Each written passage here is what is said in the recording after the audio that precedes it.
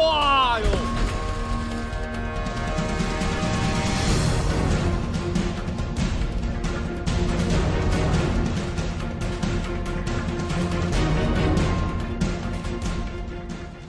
！In a country filled with glittering skyscrapers and luxury apartments, no one imagined the truth hiding beneath their feet, foundations built on lies. Locals call it 哇哟！tofu-dreg construction, and it's not just a scandal, it's a national nightmare. For years, the truth stayed buried under concrete and silence, until one man decided to speak out. His name is Zhang Zanglin, an excavator operator who saw everything and paid the price for revealing it. "I watched 2 workers buried alive," he said. Those words broke the wall of silence. Zhang's footage exposes a system of industrial-scale fraud, one that has turned China's construction boom into a ticking time bomb. Across the nation, videos are surfacing that show what no one wants to believe. Apartment floors that shatter like biscuits, walls that crumble under a hammer's touch. A homeowner in Henan discovered his brand new pillar could be peeled apart by hand, layer by layer, until rusty metal appeared inside. "This is what I found when renovating," he said. "It's supposed to be steel reinforced, but it's just rust and sand." In Sanya, residents of a luxury complex woke to find their balconies collapsing, exposing sea-sand concrete and corroded rebar. "They're playing with human lives," one commenter wrote. "Over 20 balconies fell. It's a miracle no one died." Even public infrastructure isn't spared. In Beijing's Pinggu district, a man filmed a retaining wall worth 260,000 yuan, completely washed away after one rainstorm. As he scraped at the surface, the cement disintegrated. Beneath it, just cloth and gravel. The illusion of strength, gone with a single touch. What looks like progress from the outside is, in truth, an empire of deception. Fake welding, missing steel, foundations built on filler instead of stone. It's not negligence. It's a system perfected to cheat, pass inspection, and cash out fast. Zhang saw it all while working on the massive Zhuanhu Expressway in Yunnan province, a project boasting 60 tunnels, all under strict government supervision. On paper, everything was perfect. In reality, it was chaos. He filmed every step. According to Zhang, the fraud was engineered from the top down.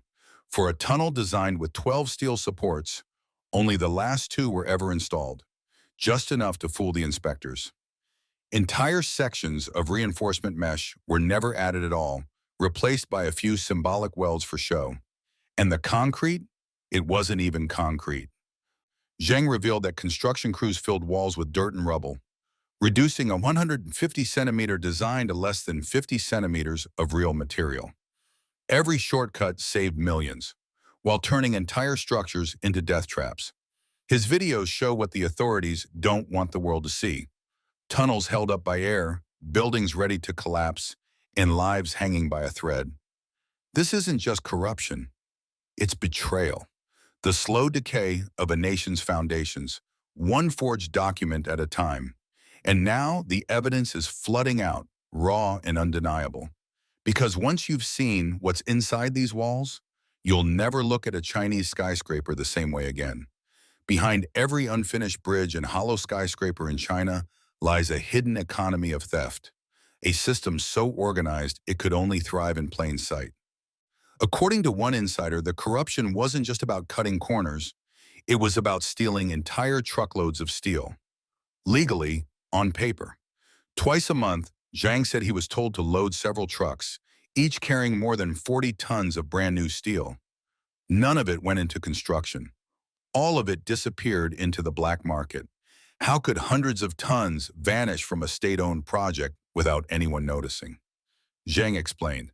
The general contractor, a state enterprise, outsourced the work to private teams. On paper, the project looked flawless. The missing steel was already accounted for, written off as if it had been used. The audit reports matched the lies perfectly.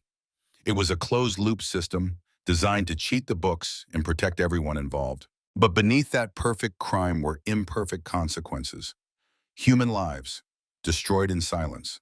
For Zhang, this wasn't just corruption, it was personal. The expressway he worked on stretched only 10 kilometers from his hometown, scarring the same mountains he grew up with. He warned that these tunnels, though stable for now, would eventually collapse. Roofs would cave in, roads would crack open. These are supposed to serve the people, he said, but greed has replaced integrity. He'd seen it all: the reckless deadlines, the chaos on site, the near-death experiences when tunnels gave way without warning. And one day, tragedy struck. While two workers were being lifted to install ventilation belts, a shortcut that should never have been used, the machinery failed. They were buried alive before his eyes. One died instantly.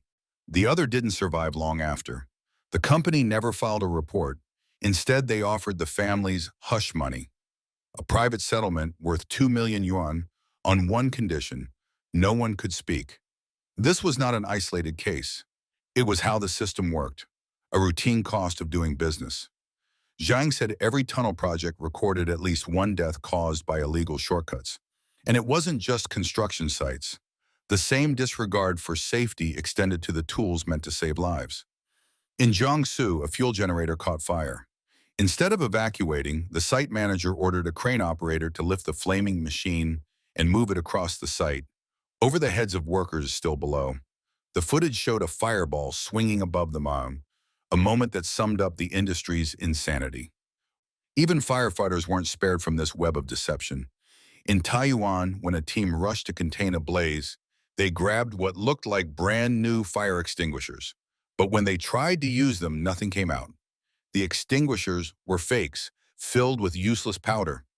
One firefighter was caught on camera, shouting in disbelief, "It looks new, but it's not real." These aren't isolated mishaps. They're symptoms of a national sickness. On September 26th in Jiangxi, a man woke in shock as his bedroom ceiling collapsed onto his bed. He was lucky to survive. In Sichuan, a newly built cement guardrail disintegrated after a rainstorm, yet officials brushed it off as a natural disaster. In Henan, residents waited a full day for a burst water pipe to be repaired, only to find it tied together with a single wire. Hours later, it burst again. From stolen steel to collapsing ceilings, from fake safety gear to silent deaths, the human cost of China's tofu-dreg construction is impossible to measure. These structures stand as monuments not to progress, but to deception, fragile symbols of a system that values profit over life. In China's construction industry, danger isn't just ignored, it's buried.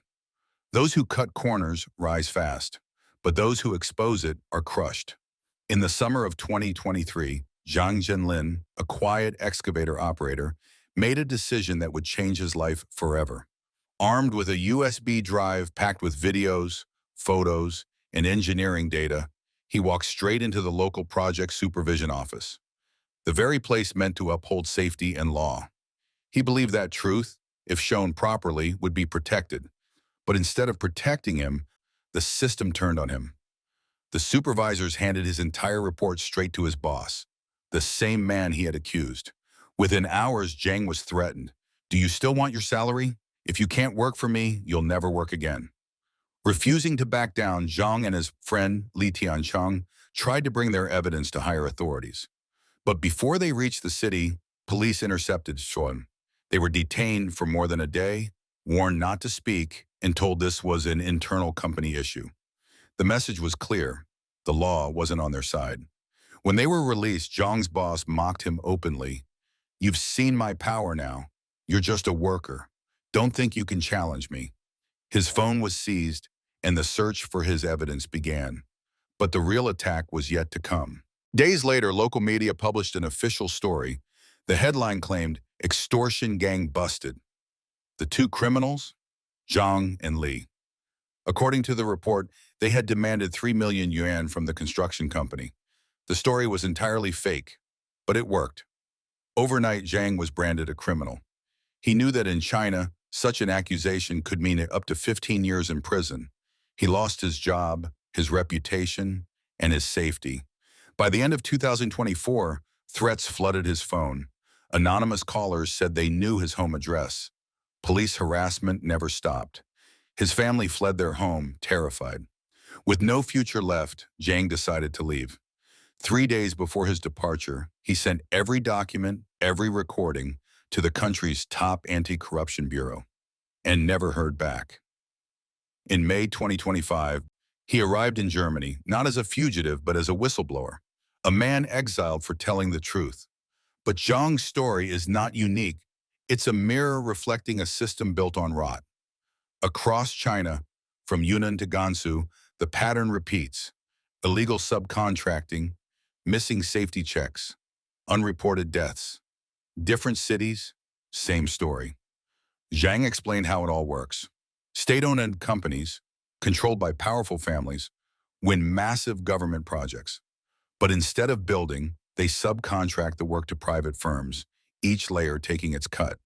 To win bids, these smaller companies slash prices to impossible levels, so low that it's mathematically impossible to use proper materials. The only way to profit? Cheat. Steel is cut, concrete is diluted, inspections are faked. Every shortcut means another life at risk, but also another bonus for the managers above. It's not a broken system, it's a system built to fail safely on paper. Zhang calls it the invisible rule, the unspoken law that defines modern construction in China. Build fast, spend less, hide the truth. And so, the skyscrapers rise, but the foundation of the nation sinks deeper into deception. Please share your thoughts in the comments section below. We will keep reporting on the COVID surge in China, so don't forget to subscribe to our channel and turn on the notification bell to get the latest videos. And thank you for tuning in.